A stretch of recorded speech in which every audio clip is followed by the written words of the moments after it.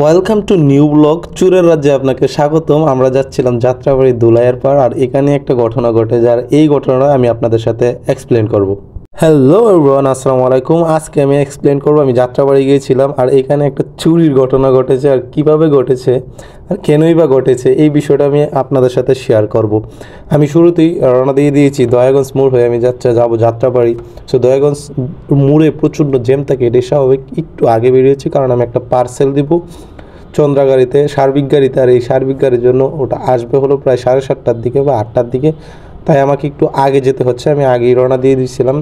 তাছাড়া আজকের এই জ্যোৎস্না সম্মিলিত রাতটা মানে ঢাকা তো বোঝা যায় না যে জ্যোৎস্না আছে কিনা, তবে চারটা অনেক সুন্দর আলো দিচ্ছে, আমি এটা উপরে দেখতে পেয়েছি। আর দয়াগঞ্জ শেষ করে আমি চলে এসেছিলাম এদিকে যাত্রাবাড়ির দিকে ঢুকতেছি। আর এই জায়গাটা প্রচণ্ড রিক্সা আছে, মানে রিক্সার জন্য কিন্তু ঢাকায় এখন চলা খুবই মুশকিল।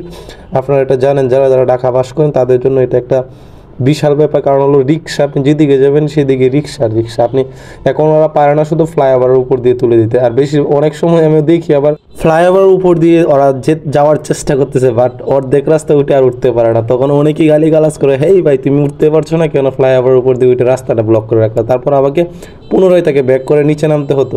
এই বিষয়গুলো আমি অনেক সময় দেখি। তারপরেও যেহেতু ওনারা জীবিকা নির্বাহ করে খাচ্ছে, তো কিছু করার নেই, ওরাও তো জীবন চালাবে বা সংসার চালাবে, ওদের সংসার আছে।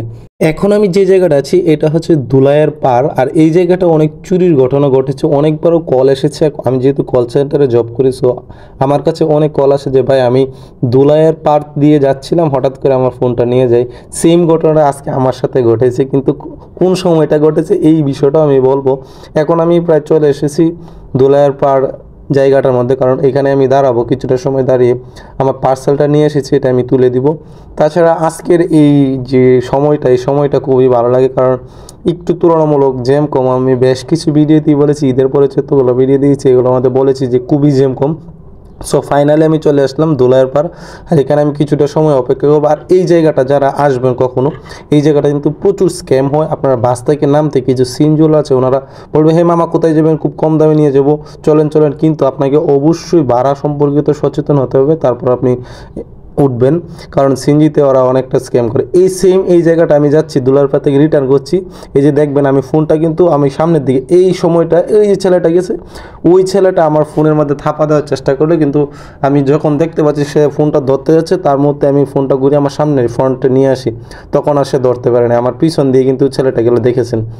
সো ফাইনালি আমি চলে আসছি, কারণ আমার কাজ শেষ, এখন আমি বাসার দিকে যাবো। ভিউয়ার্স আজকের মতো বিদায় নিচ্ছি, দেখা হবে পরবর্তী ভিডিওতে। এই পর্যন্ত ভালো থাকুন, সুস্থ থাকুন, আল্লাহ হাফিজ।